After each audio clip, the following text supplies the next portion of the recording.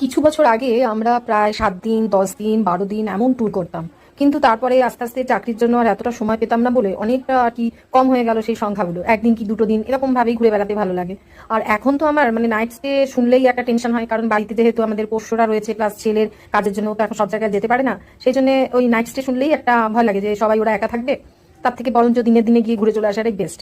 তো প্রায় দিনই যদি আমাদের কাজটা সকালের দিকে থাকে তো সকালে বেরোই, আর না হলে সারাদিনের কাজকর্ম সেরে দুপুরের দিকে কোথাও বেরিয়ে পড়ি দুজনে মিলে, একটু ঘুরে ঘাড়ি সময়টা কাটিয়ে আবার ফিরে আসি, তাতে বেশ ভালোই লাগে। এই যেমন এই গত 2-3 দিন আগেই হয়তো সমস্ত খাওয়া দাওয়া করে দুপুরবেলায় বললাম চলো কোথাও বেরিয়ে আসি। ট্রেনে করে যাচ্ছি, বেশ ভালোই লাগে এইরকম ভাবে বাইরে বেরিয়ে যেতে। কারণ ওই খেয়ে দিয়ে শুধু ঘরের মধ্যে শুয়ে বসে থাকলে না কেমন যেন একটা মনটা খারাপ খারাপ করে। তার থেকে বাইরে বেরিয়ে গেলে লোকজন এই সমস্ত কিছু দেখলে পরে মনটা অনেক ভালো লাগে।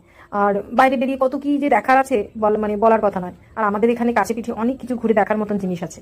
আমরা এখানকারই মানুষ, কিন্তু হাজব্যান্ড বাইরে চাকরি করতে বলে আমরা তো সেরকম ভাবে এই কাছাকাছি জিনিসগুলো খুব একটা দেখে উঠিনি।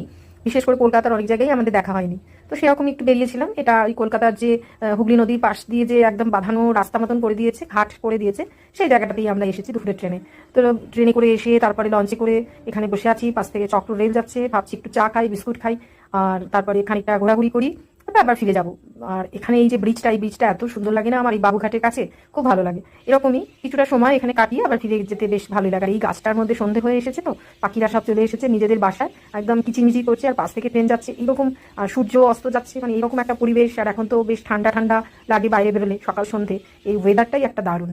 এখানে আমাদের এখানে খুব সুন্দর বেনারসের মতন, হরিদ্বারের মতন আরতি হয় সন্ধ্যের দিকে। তবে হ্যাঁ, এখন কিছুদিন বন্ধ থাকবে, সামনে যেহেতু ছট পুজো তার জন্য।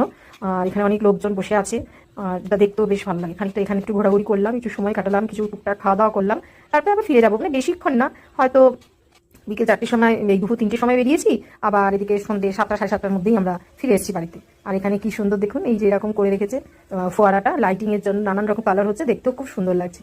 বাইরে বেরিয়ে একটা বেশ পজিটিভ ভাইবস নিয়ে তারপরে আবার ফিরে আসবো ঠিক একইভাবে, ওই বাবুঘাট থেকে লঞ্চে করে হাওড়া, হাওড়া থেকে ট্রেনে করে বাড়ি। আর এখানে আমি বসে আছি, পাশে একটা লঞ্চ এসেছে, লঞ্চে করে যে ঘুরে বেড়ায় গঙ্গাবক্ষে, সেখানে সুন্দর গান হচ্ছে, দেখছি কি ভালো লাগছে যে কি বলবো। তাই সুযোগ পেলেই বেরিয়ে পড়ি।